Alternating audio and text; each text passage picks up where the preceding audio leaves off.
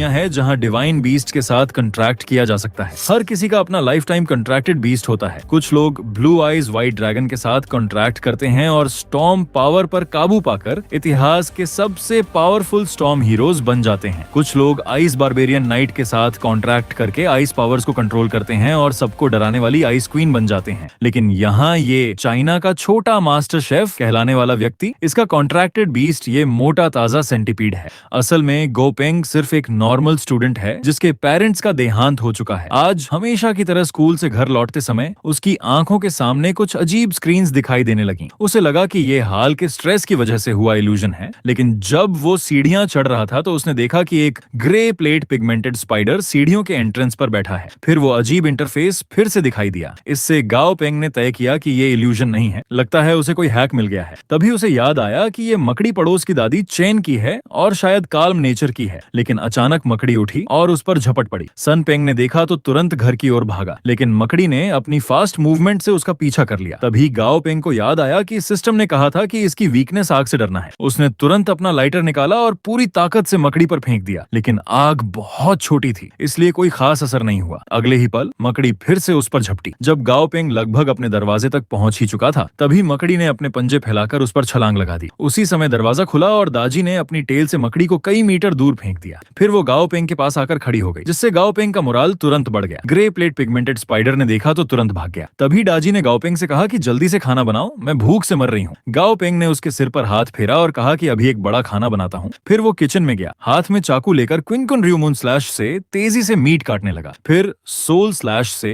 Carat को 4 टुकड़ों में काट दिया। 0.9 सेकंड्स बाद एक स्पेशल न्यूट्रिशन डिनर तैयार हो गया। दाजी ने सिर्फ एक बार सूंघा और उसके चेहरे पर तुरंत लालिमा छा गई। उसने तुरंत बोल को पकड़कर हड़पना शुरू कर दिया। तभी गाओ पेंग के सामने सिस्टम पॉप अप हुआ। जब वो दाजी के स्टैट्स चेक कर रहा था तभी उसने अचानक पाया कि दाजी की क्वालिटी एलीट लेवल तक बढ़ाई जा सकती है। ये जानना जरूरी है कि क्वालिटी ही बीस्ट की ग्रोथ पोटेंशियल तय करती है। क्वालिटी जितनी ऊंची होगी एबिलिटी उतनी ही ज्यादा होगी। तभी गाओ पेंग ने सोचा, अगर एलीट क्वालिटी तक पहुंच सकते हैं तो इसका मतलब है कि फ्यूचर में परफेक्ट क्वालिटी तक भी पहुंचा जा सकता है। गाओ पेंग ने तुरंत दाजी के अपग्रेड रिक्वायरमेंट्स खोले। Yin grass stone beads, thunderstruck wood का एक टुकड़ा, थंडर एलिमेंट कोर एक। गाओ पेंग के लिए पहली 2 मटेरियल्स कोई प्रॉब्लम नहीं थी, लेकिन इस थंडर एलिमेंट कोर के लिए कम से कम 10 क्रेडिट पॉइंट्स की जरूरत थी। हालांकि गाओ पेंग समहाउ अपग्रेड मटेरियल्स जुटा सकता था, लेकिन दाजी के खाने की स्पीड देखकर उसने सोचा कि अगर अपग्रेड कर दिया तो आगे के दिन नहीं कटेंगे। तभी दाजी ने उससे एक और प्लेट बनाने को कहा। गाओ पेंग ने उसे डांटना चाहा, लेकिन दाजी अचानक उठकर गुर्राई,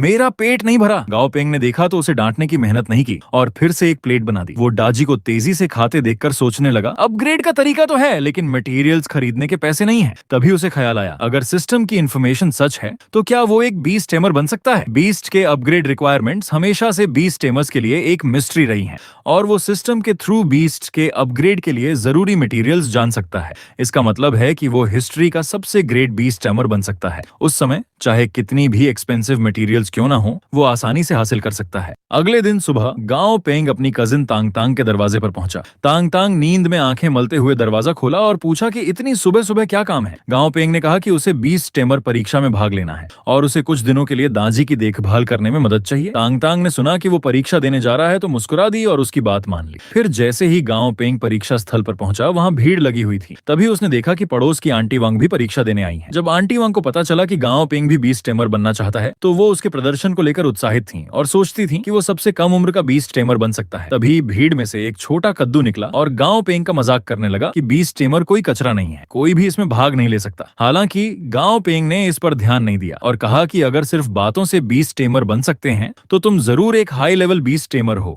फिर उस छोटे आदमी ने गुस्से से कहा कि गाओ पेंग इंतजार करे। तभी परीक्षक फेंग शिव ने अनाउंस किया कि इस परीक्षा में लिखित और प्रैक्टिकल 2 फेज होंगे। बाद में बड़ी स्क्रीन पर बीस्ट टेमिंग वीडियो दिखाए जाएंगे और परीक्षार्थियों को वीडियो में जानवरों की जानकारी सही सही डिस्क्राइब करनी होगी। उसके बाद स्क्रीन पर एक डॉल्फिन जानवर दिखाई दिया। 10 सेकंड बाद वीडियो खत्म हो गया। परीक्षा हॉल में सभी उम्मीदवार हैरान रह गए, इतने कम समय में क्या देख पाएंगे। फेंग प्रेसिडेंट ने जोर से डांटा, जो कोई भी शिकायत करेगा परीक्षा हॉल से बाहर जाएगा। लेकिन वो छोटा आदमी पूरे कॉन्फिडेंस में था क्योंकि उसने पहले ही प्रश्न मिल गए थे और उसे पता नहीं था कि गाओ पेंग पहले ही अपना उत्तर लिख चुका था। उसने सिस्टम के माध्यम से स्टॉर्म डॉल्फिन के सभी स्टैट्स और फीचर्स के बारे में पहले ही जान लिया था। 1 घंटे बाद परीक्षा समाप्त हुई। फेंग प्रेसिडेंट ने पास कैंडिडेट्स की सूची की घोषणा शुरू की। वो छोटा आदमी पहले फेज में पास हो गया, लेकिन गाओ पेंग का नाम नहीं नहीं पुकारा गया। इस नतीजे ने उसे हिला दिया। उसने सोचा कि क्या सिस्टम द्वारा दिए गए डेटा में कोई गलती है। तभी फेंग प्रेसिडेंट ने पूछा, गांव पेंग कौन है? गांव पेंग ने तुरंत हाथ उठाकर खड़ा हो गया। फिर फेंग प्रेसिडेंट ने मुस्कुराते हुए उससे कहा, लिखित परीक्षा में पूरे अंक पाने वाला कैंडिडेट इतना जवान है, सच में नायक जवानों में से निकलते हैं। ये सुनकर सभी कैंडिडेट्स शॉक्ड रह गए। इस लड़के ने लिखित परीक्षा में पूरे अंक पाए हैं। फिर गांव पेंग ने उस छोटे आदमी की तरफ साइड नजर से देखा। माफ करना, गलती से पूरे अंक मिल गए। उस छोटे आदमी ने उसके घमंडी रवैये को देखा तो गुस्से से दांत पीसने लगा। उसके बाद फेंग प्रेसिडेंट के नेतृत्व में कुछ लोग प्रैक्टिकल परीक्षा के हॉल में आए। फिर उन्होंने परीक्षा की कंटेंट की घोषणा की। आपको 1 सप्ताह के भीतर जानवर की क्वालिटी बढ़ानी होगी। परीक्षा अवधि के दौरान खर्च की गई सभी मटेरियल्स का भुगतान एसोसिएशन द्वारा किया जाएगा, लेकिन अगर क्वालिटी नहीं बढ़ाई जा सकी तो मार्केट वैल्यू के अनुसार कॉम्पेंसेशन देना होगा। फिर सभी ने एक एक करके अपने रूम कार्ड निकाले, लेकिन जब गांव पेंग की बारी आई तो बॉक्स में एक जानवर के साथ गड़बड़ थी। तभी आंटी वांग ने उससे पूछा कि उसे कौन सा कमरा मिला है। गांव पेंग ने मुस्कुराते हुए कहा कि उसे रूम नंबर 10 मिला है, लेकिन अगले ही पल वो पसीने पसीने हो गया। जिस जानवर की क्वालिटी बढ़ाने की जिम्मेदारी उसे दी गई थी वो था रॉटिंग वाटर ऐप, जिस पर कई बार एक्सपेरिमेंट किए जा चुके थे। लेकिन ऐसा जानवर जिससे टॉप लेवल के कॉन्ट्रैक्टर्स भी डरते थे, जन्म से ही लोहे के पिंजरे में कैद था। हर दिन उस पर क्रूर प्रयोग किए जाते थे। आखिरकार विकसित न हो पाने के कारण उसके मालिक ने उसे बेरहमी से त्याग दिया। ये दर्दनाक यादें हर दिन उसके नाजुक दिल को खा रही थीं। लेकिन गांव पेंग को देखते ही उसकी आंखों से आंसू आ गए। गांव पेंग ने उसके माथे पर हाथ फेरा और वादा किया कि वो उसे जरूर विकसित करेगा। फिर उसने रॉटिंग वाटर ऐप की प्रमोशन प्लान खोली और देखा कि 2 अलग अलग रास्ते हैं। नॉर्मल एवोल्यूशन के लिए बहुत सारी मटेरियल चाहिए, जो एग्जाम की लिमिट से ज्यादा थी, इसलिए उसने तुरंत ट्विस्टेड एवोल्यूशन चुना। फिर उसने जरूरी मटेरियल की लिस्ट बनाई। भाई जो ने लिस्ट देखी और पूछा, क्या तुम रॉटिंग वाटर ऐप को मारना चाहते हो? गांव पेंग ने कॉन्फिडेंट लुक दिखाया और कहा, बस मटेरियल तैयार करो। 3 दिन बाद कई लोग फेल होकर बाहर हो गए। कुछ तो मटेरियल सोच कर अपने सारे बाल गंवा बैठे। वहीं गांव पेंग का काम बढ़िया चल रहा था। 3 दिन तक पॉइजन खिलाने के बाद रॉटिंग वाटर ऐप की मेंटल स्टेट एक शॉर्ट टर्म पीक पर पहुंच गई थी। अब सक्सेसफुल प्रमोशन के लिए सिर्फ एक आखिरी स्टेप बाकी था। गांव पेंग ने आगे बढ़कर उसे समझाया, मैं तुम्हें अब बाहर निकालता हूँ, लेकिन तुम्हें मेरी बात माननी होगी। फिर उसने पिंजरा खोल दिया, लेकिन रॉटिंग वाटर ऐप अचानक उसकी ओर दौड़ा और बच्चे की तरह उसकी छाती से सट गया। फिर गांव पेंग ने एक सफेद कपड़ा हटाया। सामने एक पूरा पुल सल्फ्यूरिक एसिड का पानी था। उसने रॉटिंग वाटर ऐप से कहा कि अंदर जाकर थोड़ी देर लेट जाए, इससे वो पूरी तरह बदल जाएगा। रॉटिंग वाटर ऐप ने अंदर एक बाल फेंका जो तुरंत राख में बदल गया। वो किसी भी कीमत पर नहाने को तैयार नहीं था। गांव पेंग ने उसके सिर पर हाथ फेरा और कहा, मैं तुम्हें पावर दे सकता हूँ, लेकिन तुम्हें कॉरेज दिखाना होगा। यह सुनकर रॉटिंग वाटर ऐप का मन डगमगाया। फिर उसने हिम्मत जुटाई और धीरे धीरे सल्फ्यूरिक एसिड के पूल में घुसा। जब उसका पूरा बॉडी पानी में डूब गया तो भारी मात्रा में ब्लैक स्मोक निकला। इससे छत का स्मोक अलार्म चालू हो गया। स्टाफ ने सोचा कि रूम नंबर 10 में आग लगी है और तुरंत लोगों को बुलाया। जब भाई जो ने दरवाजा खोला तो कमरे में सिर्फ गाढ़ा ब्लैक स्मोक भरा हुआ था। गांव पेंग ने पूछा, भाई जो तुम कैसे आ गए? भाई जो ने स्मोक अलार्म की तरफ इशारा किया और कहा कि उसने बहुत शोर मचाया है, इसलिए देखने आया है। गांव पेंग ने तुरंत माफी मांगी, मैं व्यस्त था, ध्यान नहीं दिया। तभी फेंग प्रेसिडेंट भी रूम नंबर 10 में आ गए और पूछा कि क्या हुआ है। भाई जो ने उनके कान में कहा कि ये गांव पेंग द्वारा मॉन्स्टर को ट्रेन करने से हुआ है। अगले ही पल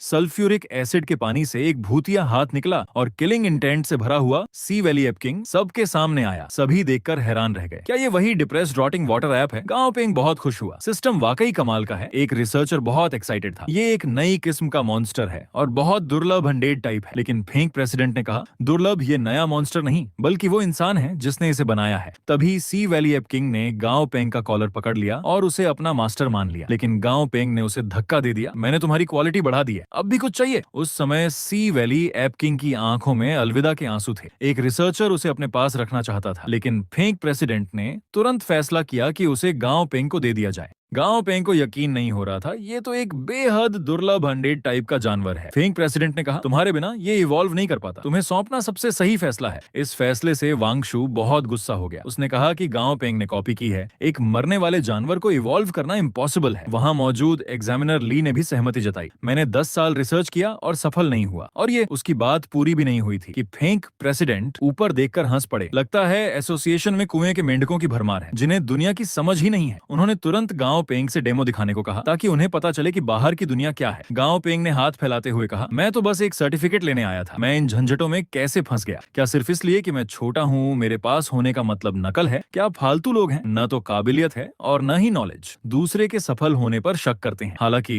रॉटिंग वाटर ऐप के नाम में पानी है, लेकिन इसके गुणों का पानी से कोई लेना देना नहीं है। फिर भी कुछ लोग सोचते हैं कि नाम में पानी है तो ये वाटर एलिमेंट है। कितने बेवकूफ हैं और उसे भारी मात्रा में वाटर और डार्क एलिमेंट मटेरियल खिलाया लाया जाता है, ये नहीं पता कि रॉटिंग वाटर ऐप की कमजोरी डार्क एलिमेंट है। वांग शू ने सोचा कि गांव पेंग बकवास कर रहा है, रॉटिंग वाटर ऐप की कमजोरी तो वुड एलिमेंट है। फेंग प्रेसिडेंट ने उसे समझाया, rotting water app would element से डरता है, लेकिन उसकी असली कमजोरी डार्क एलिमेंट है। ये भी परीक्षा का एक पॉइंट है। गांव पेंग जानता था कि रॉटिंग वाटर ऐप के शरीर में मिली जुली शक्तियां हड्डियों तक पहुंच चुकी हैं और उन्हें साफ करना मुश्किल है। इसलिए उसने उल्टा तरीका अपनाया। 3 दिनों तक रॉटिंग वाटर ऐप को अलग अलग तरह की अनडेड एलिमेंट मटेरियल खिलाई और साथ ही अनडेड बीस्ट कोर की स्टिमुलेशन से उसे सफलतापूर्वक सी बोन ऐप किंग में इवॉल्व किया। लेकिन गांव पेंग ने वहां मौजूद लोगों को चेतावनी दी कि वो इसे ट्राई न करें। वो नहीं चाहता कि बेवकूफों के गलत कामों की वजह से रॉटिंग वाटर ऐप की प्रजाति खत्म हो जाए। फेंग प्रेसिडेंट ने ये बात सुनकर तुरंत गांव पेंग को एडवांस्ड बीस्ट टेमर सर्टिफिकेट देने का फैसला किया। फिर उसने वांग शू की ओर मुड़कर पूछा, तुम्हें क्या लगता है? मुझे नहीं पता कि तुमने चुपके से एग्जामिनर ली के साथ मिली भगत की है। ये सुनकर वांग शू के पसीने छूट गए। तभी भाई जो सामने आया और गवाही दी कि एग्जामिनर ली ने जानबूझकर इस परीक्षा की लिस्ट में हेरफेर की थी और उसने वांग शू से रिश्वत भी ली थी। सबूत जानवरों के ट्रांसफर रिकॉर्ड में है, जिसकी जांच की जा सकती है। ये कहते ही फेंग प्रेसिडेंट ने तुरंत ऐलान किया, कैंडिडेट वांग शू ने गंभीर धोखाधड़ी की है। उसकी 20 टेमर परीक्षा में भाग लेने की योग्यता हमेशा के लिए खत्म की जाती है। पूर्व एग्जामिनर ली जिंग को बीस्ट टेमर एसोसिएशन से निकाल दिया गया है और भविष्य में कभी भी नियुक्त नहीं किया जाएगा। ये फैसला मौत की सजा जैसा था, जिसने वांग शू का दिल तोड़ दिया। उसके बाद फेंग प्रेसिडेंट गाओ पेंग को अपने ऑफिस में ले गए। वो चाहते थे कि गाओ पेंग चांगान शहर की तरफ से वर्ल्ड बीस्ट टेमर चैंपियनशिप में हिस्सा ले। फिर उन्होंने जोश में कहा, अगर तुम भाग लो तो तुम जरूर बहुत अच्छा करोगे। लेकिन गाओ पेंग को इस कंपटीशन में कोई खास दिलचस्पी नहीं थी। लेकिन जब फेंग प्रेसिडेंट ने कहा कि टॉप 10 को कम से कम 10,000 क्रेडिट पॉइंट मिलेंगे, तो गाओ पेंग तुरंत उठकर भाग लेने को तैयार हो गया। पैसा कोई मायने नहीं रखता, असली बात देश के लिए सम्मान जीतना है। फिर गाओ पेंग ने अपना सर्टिफिकेट लिया और सी बोन ऐप किंग को एसोसिएशन से बाहर ले गया। जब गाओ पेंग आदाई को लेकर घर लौट रहा था, आदाई ने अचानक उसे एक तरफ धकेल दिया और आगे बढ़कर एक बैंगनी बिजली को रोक लिया। गाओ पेंग ने कहा, घबराओ मत, हमारे घर वाले हमें लेने आए हैं। लेकिन जब उसने दाजी की मोटी तगड़ी शक्ल देखी तो वो चकरा गई। क्या ये बैंगनी रंग का फजी बग मेरा बीस्ट है? जब कजिन उसे गले लगाने आगे बढ़ी तो गाओ पेंग ने तुरंत पूछा, तुमने दाजी के साथ क्या किया? बहन मुस्कुराकर बोली, पहले दाजी बहुत पतला लगता था, इसलिए मैंने उसे बहुत सारी अच्छी चीजें खिलाई। देखो अब कितना हेल्दी और ताकतवर लग रहा है। तुम्हारी बहन कमाल है ना। तभी आदाई ने दाजी के पेट के चर्बी के घेरे की तरफ देखा और फिर उसे अपनी 8 पसलियां दिखाई। फिर गाओ पेंग ने बहन को एग्जाम पास करने की बात बताई कि न सिर्फ उसे स्पेशल एडवांस्ड सर्टिफिकेट मिला, बल्कि फेंग प्रेसिडेंट ने आदाई भी उसे दे दिया। ये सुनकर बहन हैरान रह गई। क्या ये वही छोटा भाई है जो सिर्फ अपने बारे में सोचता था? फिर उसने गाओ पेंग को प्यार से देखते हुए कहा, चूंकि तुमने इतना अच्छा किया है, इसलिए बहन की तरफ से तुम्हें कुछ इनाम मिलेगा। उसने एक 20 टेमर सेक्रेटरी का कॉन्ट्रैक्ट उसे दिया। गाओ पेंग ने पूरी रात प्रैक्टिस करके खुद को और दाजी को कॉन्ट्रैक्ट से बांध लिया। जब वो सोच रहा था कि बहन का असली परिचय क्या है, तभी मोटा दाजी मेज पर लेटकर बोला, जल्दी जाकर खाना बनाओ, मुझे भूख लगी है। गाओ पेंग ने दाजी को डांटा कि वो अब बहुत मोटा हो गया है, एक बैंगनी छोटे सुअर की तरह। उसने आदाई से आईना लाने को कहा। दाजी ने आईने में अपना चेहरा देखा और डर कर पत्थर जैसा सख्त हो गया, फिर सुन्न सा जमीन पर लेट गया। गाओ पेंग ने कहा कि अगले कुछ दिन जमकर डाइटिंग करनी होगी। वो एक उड़ने वाली मोटी सेंटीपीड नहीं पालना चाहता। अगले दिन बहन ने गाओ पेंग को अपनी छोटी सी कंपनी में काम करने के लिए बुलाया। लेकिन गाओ पेंग ने देखा कि ये तो शहर के सबसे महंगे एरिया में है, यहाँ का किराया तो बहुत महंगा होगा। ये सुनकर बहन का पसीना छूट गया। उसने बिना सोचे कहा, ये मेरे एक दोस्त ने तोहफे में दिया है। इससे गाओ पेंग को अजीब लगा। आज बहन बहुत अलग लग रही है। हालांकि यहाँ काम करने के फायदे वाकई बहुत अच्छे थे। न सिर्फ इंडस्ट्री की सबसे ऊंची सैलरी मिलेगी, बल्कि हफ्ते में सिर्फ एक बार आना होगा। ये सुनकर गाओ पेंग को चिंता हुई कि बहन को नुकसान होगा। लेकिन बहन ने कहा, फिक्र मत करो, बीस्ट टेमर एक बहुत कीमती प्रोफेशन है, ये तुम्हारे लायक है। ये सुनकर गाओ पेंग बहुत खुश हुआ और कसम खाई कि वो ज्यादा पैसा कमाकर बहन को आराम की जिंदगी दिलाएगा। उसे पता नहीं था कि ये सब उसके दादा ने ही पहले से तय कर रखा था। फिर एक लोली लड़की उनके सामने आई। बहन ने गाओ पेंग को उसका परिचय दिया। ये तुम्हारी कोली क्वान क्वान है, किसी भी बात के लिए इसे पूछ सकते हो। फिर वो तेजी से चली गई। मेरे घर के बिल्ली को भूख लगी है, मुझे डॉग फूड खरीदने जाना है। फिर क्वान क्वान गाओ पेंग को उसके वर्करूम में ले गई। लेकिन जब उसने देखा कि गाओ पेंग इतना जवान है और उसके पास एडवांस्ड सर्टिफिकेट है, तो उसने सोचा कि बॉस निश्चित ही पैसे वाली बेवकूफ है। फिर उसने उसकी फीस की लिस्ट देखी, जो दूसरे 20 टेमर्स से 3 गुना ज्यादा थी। गाओ पेंग जैसे ही उसे समझाने लगा, एक हैवी बिल्ट आदमी अचानक ऑफिस में घुस आया और गाओ पेंग को दिखाकर चिल्लाया, तू ही वो है जो 3 गुना मांगता है। अगर तू मेरे बीस्ट को ठीक कर सकता है तो मैं तुझे 10 गुना दूंगा।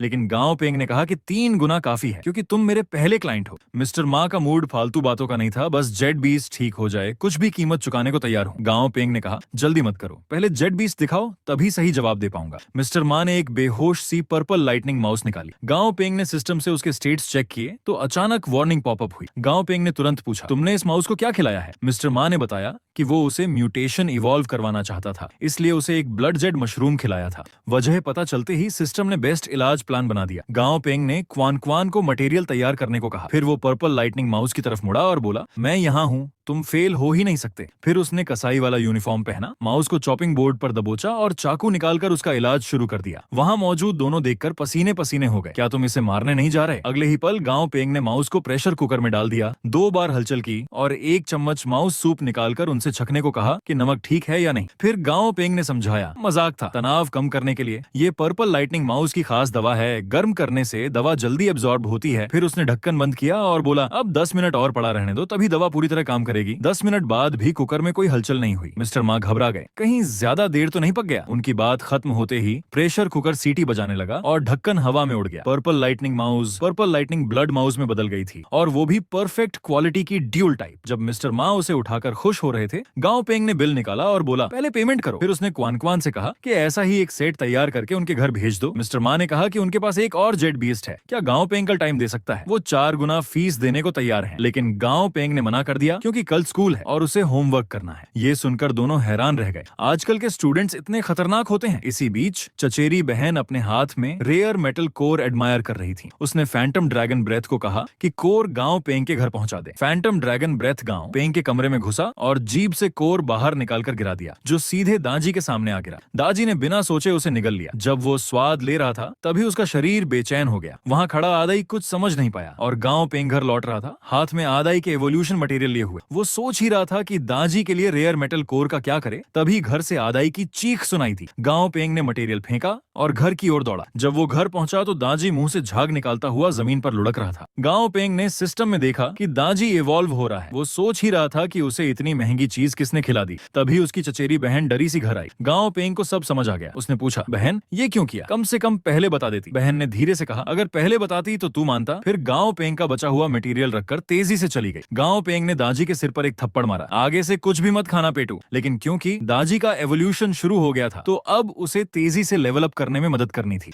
उसने एक पर्पल पॉइजन फ्लावर ढूंढा। अगर उसका जूस दाजी को पिला दिया जाए तो एवोल्यूशन में मदद मिलेगी। फिर उसने वो रस दाजी के मुंह में डाल दिया। तभी दाजी के पूरे शरीर से चमकदार गोल्डन लाइट निकलने लगी। 0.9 सेकंड बाद दाजी successfully purple back thunder warrior में बदल गया। लेकिन गांव पेंग के खुश होने से पहले ही दाजी फिर से जमीन पर बेहोश हो गया। आधा ही परेशान हो गया। गांव पेंग ने उसे शांत किया। दाजी बस थक गया है। फिर उसने आधाई के लिए स्पेशल डिनर बनाया। लेकिन जैसे ही आधाई ने खाना मुंह के पास लाया, वो राख में बदल गया। गांव पेंग ने उसे समझाया, तुम अभी अभी अपग्रेड हुए हो, पहले स्टेबल हो जाओ। जब सही मटेरियल मिलेगा तब तुम्हारा भी अपग्रेड करूंगा। आधे घंटे बाद दाजी फिर से उछल कूद करने लगा। जब उसने देखा कि गांव पेंग सोफे पर सो गया है तो प्यार से एक कंबल उस पर ढक दिया और खुशी से उसके पास सो गया। इसी बीच प्रिंसिपल वाइस प्रिंसिपल को डांट रहे थे। मॉन्स्टर्स को स्कूल में कैसे आने दिया? ये स्टूडेंट्स की जिंदगी से खिलवाड़ है। वाइस प्रिंसिपल ने कहा, आजकल दुनिया भर में अजीब जानवर फैल रहे हैं और हमारी टेक्नोलॉजी धीरे धीरे बेकार होती जा रही है। अगर एक दिन हमारी टेक्नोलॉजी उन पर काम नहीं करेगी तब बहुत देर हो चुकी होगी। इसलिए अभी से बच्चों को ट्रेन करना होगा, तभी हम उनसे लड़ पाएंगे। और गांव पेंग को क्लास में सभी स्टूडेंट्स की तारीफ मिल रही थी। पता चला कि गांव पेंग के एडवांस्ड बीस्ट टमर बनने की खबर न्यूज़पेपर की हेडलाइन में छपी थी। तभी क्लास टीचर आए और बोले, अब से हाई स्कूल में कॉन्ट्रैक्टर स्पेशल कोर्स शुरू हो रहा है। ये एजुकेशन डिपार्टमेंट और आर्मी का जॉइंट प्रोजेक्ट है। आर्मी के कोच आने वाले हैं, तैयार रहो। टीचर ने गांव पेंग को बाहर बुलाकर कहा कि वो नए स्टूडेंट्स के लिए स्पीच दे। गांव पेंग ने मना कर दिया, ये बहुत ज्यादा अटेंशन खींचेगा। उसकी इंटरेस्ट कॉन्ट्रैक्टर कोर्स में है, वो उसमें ज्वाइन होना चाहता है। टीचर मान गए। आखिरकार कॉन्ट्रैक्टर बनना किसका सपना नहीं होता। गांव पेंग जानता था कि एक सक्सेसफुल कॉन्ट्रैक्टर बनने के लिए प्रैक्टिकल एक्सपीरियंस जरूरी है। तभी आर्मी कर्नल स्कूल में भाषण देने आया। उसने गुस्से से कहा, अगर तुम में मजबूत इरादा और लोहे का दिल नहीं है तो जंगल में जानवर तुम्हें खा जाएंगे। ये सुनकर स्टूडेंट्स गुस्से में आ गए। बस एक जानवर है, इतना घमंड? कर्नल ने घृणा भरी नजर से देखा, नादान बच्चे। फिर वो एक सिल्वर मून वुल्फ किंग लाया और एक 30 सेंटीमीटर मोटी आर्मर प्लेट रखवाई। सिल्वर मून वुल्फ किंग ने एक मून लाइट टेल विप से प्लेट को चकनाचूर कर दिया। सभी चुप हो गए। गांव पेंग भी हैरान था, इतनी मोटी प्लेट एक ही बार में टूट गई। कर्नल बोला,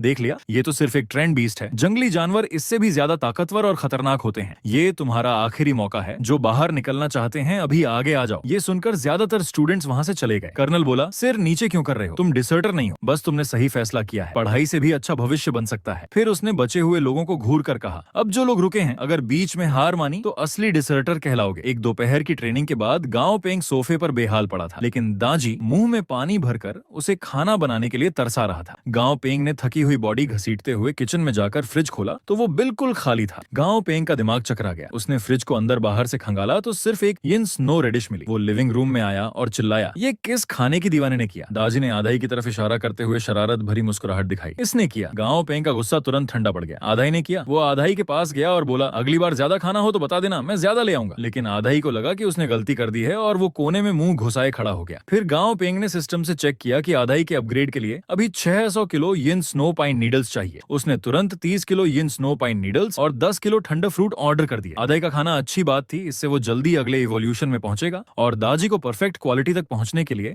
अभी 200 किलो ठंडा फ्रूट खाने बाकी थे। ये खर्चा देखकर गांव पेंग की हालत खराब हो गई। घर चलाना आसान नहीं है। अगले दिन स्कूल पहुंचकर गांव पेंग हैरान रह गया। स्कूल हर तरह के बीस्ट से भरा हुआ था, जैसे कोई चिड़ियाघर हो। एक गुलाबी सुअर सबका ध्यान खींच रहा था। गांव पेंग ने उस लड़की से पूछा कि क्या वो सुअर को हिला सकती है, क्योंकि वो स्कूल के गेट को ब्लॉक कर रहा था। तभी कोच ने भी देख लिया। उसने अपने सिल्वर मून वुल्फ किंग से इशारा किया। वुल्फ किंग ने डरावनी शक्ल बनाई तो सुअर तुरंत उठकर हट गया। फिर कोच ने सभी से कहा, शो खत्म, अब शुरू करते हैं आज की डेविल ट्रेनिंग। फिर कोच ने उस लड़की को उदाहरण देकर समझाया कि बीस्ट को ट्रेन करने के लिए उनकी आदतें और पसंद जानना जरूरी है, तभी अच्छा रिश्ता बनेगा। जैसे सिल्वर मून वुल्फ को डॉग मीट पसंद है तो वो उसके लिए खास तौर पर लाता है और रोज उसके साथ खेलता और ट्रेनिंग करता है। इससे उनमें गहरा बंधन बन गया है। और बीस्ट के अटैक के तरीके सिर्फ एक नहीं होते। जैसे कर्नल का सिल्वर मून वुल्फ किंग, लंबी ट्रेनिंग से उसकी पूंछ मजबूत हुई, तेज और सटीक हुई। कुछ बीस्ट कई काम कर सकते हैं, जैसे ग्रीन डेविल वाइन जो डिफेंसिव बीस्ट है लेकिन उसमें कंट्रोल करने की ताकत भी है, या ये बोअर एब जिसने जन्म से ही पेड़ों से अपने शरीर को टकराना शुरू कर दिया था। बड़ा होकर वो पहाड़ी चट्टानों से टकराने लगा। घाव भरने और फिर से घिसने से उसकी स्किन कवच जैसी मजबूत हो गई, जिससे उसमें ताकत और सुरक्षा दोनों आ गए। गांव पेंग ने सोचा कि वो दाजी की डिफेंस को भी ऐसे ही ट्रेन कर सकता है, लेकिन दाजी तो धूप में आराम से सो रहा था। गांव पेंग ने उसे ट्रेनिंग के लिए बुलाया। उसने एक बड़ा हथौड़ा निकाला और दाजी की हड्डियां ढीली करने की सोची। दाजी ने देखा तो तुरंत भागने लगा, लेकिन आखिरकार उसे मीटियर हैमर का एक वार खाना पड़ा और गांव पेंग का हाथ भी अलग हो गया। एक हफ्ते बाद गांव पेंग बिस्तर पर गहरी नींद सो रहा था। दाजी ने कटोरा बजाकर उसे जगाया, उठो और खाना बनाओ। गांव पेंग ने सोचा, तुम्हारा अपग्रेड हुआ लेकिन मेहनत मैं कर रहा हूँ। हालांकि इन दिनों की एक्स्ट्रा डाइट बेकार नहीं गई। दाजी सफलतापूर्वक लेवल 10 तक पहुंच गया, लेकिन गांव पेंग को याद आया कि इन दोनों को पालने में उसका बटुआ बिल्कुल खाली हो गया है। उसकी आंखों से आंसू बहने लगे। तभी उसके फोन की घंटी बजी। कॉलर ने कहा कि वो लैंडन सिक्योरिटी कंपनी का मैनेजिंग डायरेक्टर है और गांव पेंग से काम के बारे में बात करना चाहता है। गांव पेंग तुरंत उनके ऑफिस पहुंचा। लियू फॉरेस्ट ने उसका स्वागत किया और कहा कि वो चाहते हैं कि गांव पेंग उनकी कंपनी का बीस्ट टेमर कंसल्टेंट बने। गांव पेंग को हैरानी हुई, मुझसे बेहतर तो बहुत सारे बीस्ट टेमर हैं, आपने मुझे क्यों चुना? लियू फॉरेस्ट ने समझाया, चांगान शहर में बेशक सीनियर बीस्ट टेमर हैं, लेकिन एक तो एसोसिएशन के चेयरमैन चेन है और दूसरे सरकार के कंसल्टेंट गू जियानलिन हैं। बाकी मिड लेवल टेमर्स के मुकाबले मुझे युवा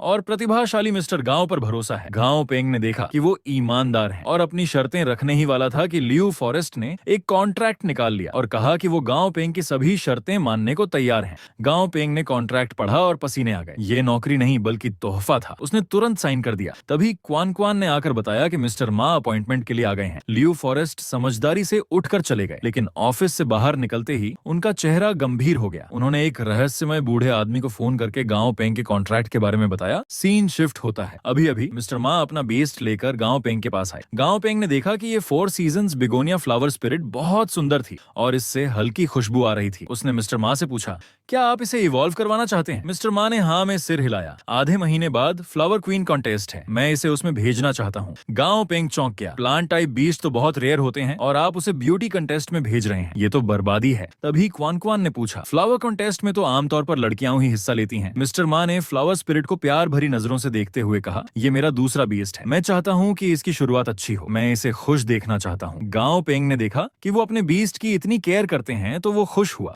उसने वादा किया कि एवोल्यूशन जरूर सफल होगा, लेकिन पुराना रूल है 3 टाइम्स फी, एक पैसा भी कम नहीं। फिर उसने क्वान क्वान को मटेरियल तैयार करने को कहा। जब सारा मटेरियल आ गया तो गांव पेंग ने दोनों को बाहर निकाल दिया। मेरे काम में इंटरफियर मत करो। लेकिन मिस्टर मा ने एक झलक देख ही ली। गांव पेंग एक सिरिंज लिए डेविलिश स्माइल के साथ खड़ा था। फ्लावर स्पिरिट देखकर कांप गया। फिर गांव पेंग ने सिरिंज उसके हिप में घोंप दी। मिस्टर मा ने देखा तो गांव पेंग को मारने दौड़े, लेकिन क्वान क्वान ने बीच में रोक लिया। तभी गांव पेंग ने उन्हें अंदर बुलाया। आओ, कुछ नया देखो। 4 सीजन्स, बिगोनिया, फ्लावर स्पिरिट, लीसा बूबू में बदल चुकी थी। मिस्टर मा खुशी से उछल पड़े और गांव पेंग को गले लगाने लगे। इसी बीच जंगल से एक इनोसेंट सा पेंगोलिन निकला। उसने आसपास मशरूम्स देखे तो मुंह में पानी भर आया, लेकिन तभी पेड़ों से भारी मात्रा में मकड़ी के जाले निकलकर उसे जकड़ लिया। पेंगोलिन ने गोल्डन व्हर्लविंड का इस्तेमाल करके जालों को काटना शुरू किया, लेकिन मकड़ियां इतनी ज्यादा थीं कि आखिरकार पेंगोलिन उनका शिकार बन गया। गांव पेंग इन स्नो पाइन नीडल्स खरीदने एक शॉप पर गया तो दुकानदार ने कहा कि वो तो बहुत पहले ही बिक चुका है। गांव पेंग को यकीन नहीं हुआ, पर एक गार्डन तो है जो मटेरियल सप्लाई करता है। दुकानदार ने टैबलेट दिखाते हुए कहा,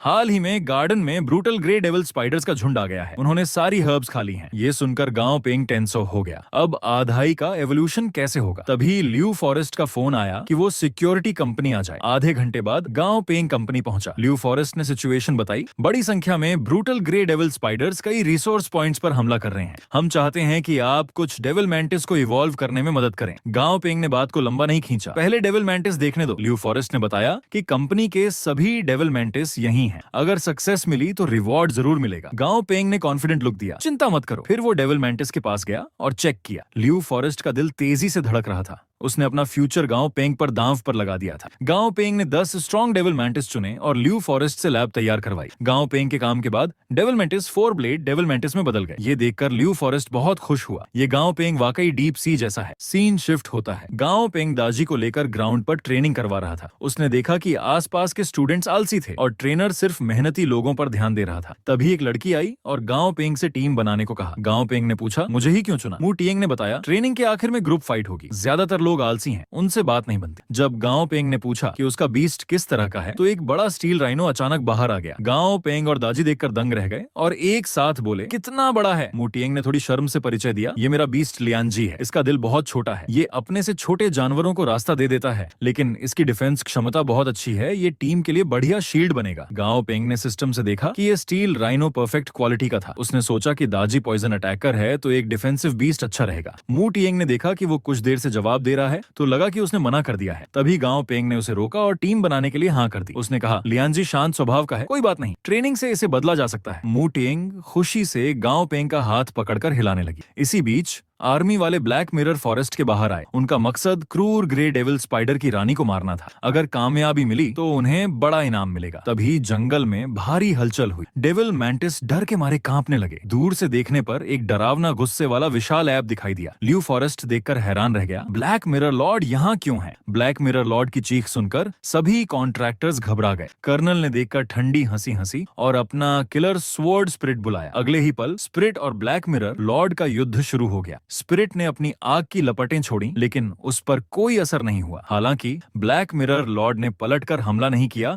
और जंगल की तरफ चला गया। सभी ने राहत की सांस ली। फिर सोंग की टीम क्रूर ग्रे डेविल स्पाइडर के घोंसले तक पहुंची। सोंग ने सभी को लड़ाई के लिए तैयार होने को कहा। तभी ढेर सारे स्पाइडरों ने जाले फेंके। एक सदस्य ने थॉर्नी फ्लावर स्पिरिट को थॉर्न आर्मर इस्तेमाल करने को कहा ताकि डिफेंसिव बीस्ट्स की सुरक्षा बढ़े। फिर सोंग ने अपना फायरबॉल माउस निकाला। माउस ने फ्लेम थ्रो से हमला करके कई स्पाइडरों को जला दिया। तभी सोंग को गुफा के अंदर से लड़ाई की आवाज सुनाई दी। उसने तुरंत टीम को वहां जाने का आदेश दिया। जब वे गुफा के अंदर पहुंचे तो ल्यू फॉरेस्ट अपनी टीम के साथ रानी स्पाइडर को घेर रहा था, लेकिन सबके मिले जुले हमलों का भी रानी पर कोई असर नहीं हुआ। सोंग को बुरा एहसास हुआ, कुछ गड़बड़ है। ल्यू फॉरेस्ट ने आदेश दिया कि सब रानी की आंखों पर हमला करें। हैरानी की बात ये काम कर गई। फिर एक डेविल मैंटिस ने क्रॉस स्लैश किया, लेकिन तभी रानी स्पाइडर पागलों की तरह चिल्लाई। इस चीख से सबके कान नाक से खून बहने लगा। ल्यू फॉरेस्ट ने धुंधली आंखों से देखा कि ये रानी तो लीडर लेवल की हो चुकी है। उसने तुरंत सबको गुफा छोड़ने का ऑर्डर दिया। बाहर आर्मी वाले तैनात थे। उन्होंने आसमान में एक काली परछाई देखी। ट्रेनर ने तुरंत फायर करने का ऑर्डर दिया। ल्यू फॉरेस्ट चिल्लाकर बोला, गोली मत चलाओ, हम अपने लोग हैं। तभी सरकार का एक स्पाई आगे बढ़ा। ल्यू फॉरेस्ट ने उसका कॉलर पकड़ लिया। क्या सरकार ने हमें मरवाने भेजा था? वो तो एक लॉर्ड लेवल क्वीन स्पाइडर है। ट्रेनर ने उसे शांत रहने को कहा और पूरी कहानी सुनाई। ल्यू फॉरेस्ट ने गुफा का सब कुछ बताया कि सारे टॉप